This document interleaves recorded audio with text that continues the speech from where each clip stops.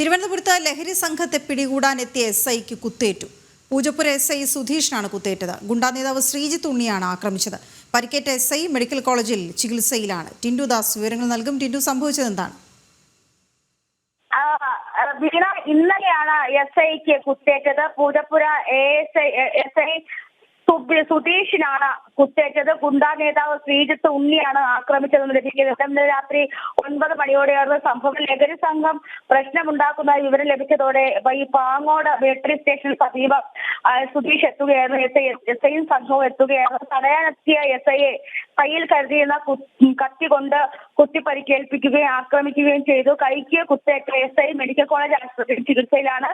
അക്രമശേഷം പ്രതി ഓടി രക്ഷപ്പെട്ടതായിട്ടാണ് ലഭിക്കുന്ന വിവരം. പ്രതിക്കായി അന്വേഷണം ആരംഭിച്ചിട്ടുണ്ട്. കൂടുതൽ വിവരങ്ങൾ ലഭിച്ചു വരുന്നതേ ഉള്ളൂ. വീണ. ശരി ടിൻഡു.